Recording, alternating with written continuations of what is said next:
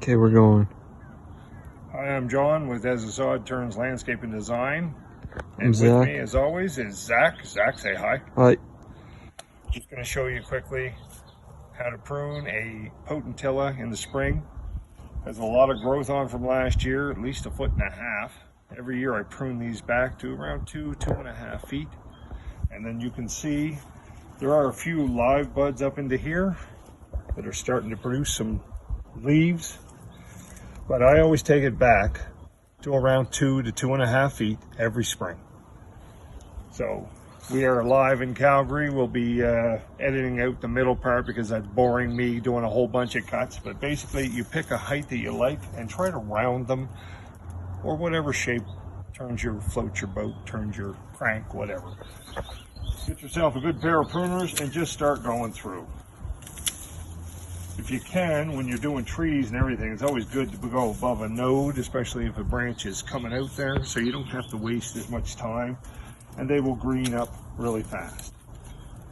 All right, so I'll go through and do all this, make a pile and stuff, and then we'll get back on how to clean out the dead wood. So, all right, you.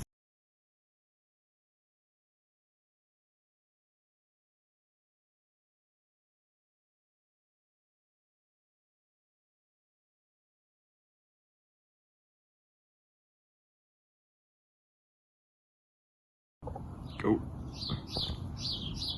All right, for overall shape, that's what you try to get first. We have a huge pile. It's going to grow. Don't be afraid with plants like these to get drastic. You really gotta treat something sometimes badly in order for it to treat you good. So now what you want to do is go through and take out some of the little sticks that didn't make it through the cold snaps, and go back in and look at each end individually, see if it's desiccated. What you're looking for is a little bit more green in there, and don't be afraid to cut into the good a little bit. These will really respond to this. So these little ends are flowering, or sorry, leafing. These ends are not. Get rid of anything like that. And a lot of times you can tell, just be, a willowy thing, or it's desiccated. Don't be afraid to cut a few more back. And then you're looking for, down inside, any piles of crap. There we go. All of this stuff is from last year's flowers, mostly. It flowered so bloody heavily.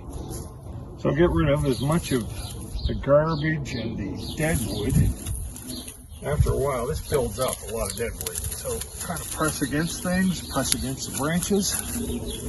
What you're looking for is to clean out some of the thickness.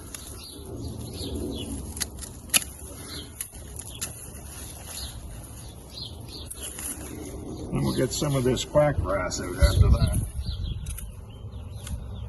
Anyways, you keep going at this until you're happy with the result, and you clean out a bunch of the stuff down in here that really is going to pile up and cause problems for the plant. Just clean that stuff up. And in the end, you'll have a bunch of healthy wood. You might have a few later on, little pieces like this that you missed. Not a big deal. It'll get covered up. But a healthy plant is a well pruned and maintained plant. And this puts on so much every year. I mean, look at the size of its mate here. They just put on so many flowers and so much size, and they were this size. So, really not a big deal. But call us first if you have any questions or need any ideas. So, have a look at the ad, and John with As the Sod Turns Landscape and Design, and Zach, and we will come and help you out. Thank you very much.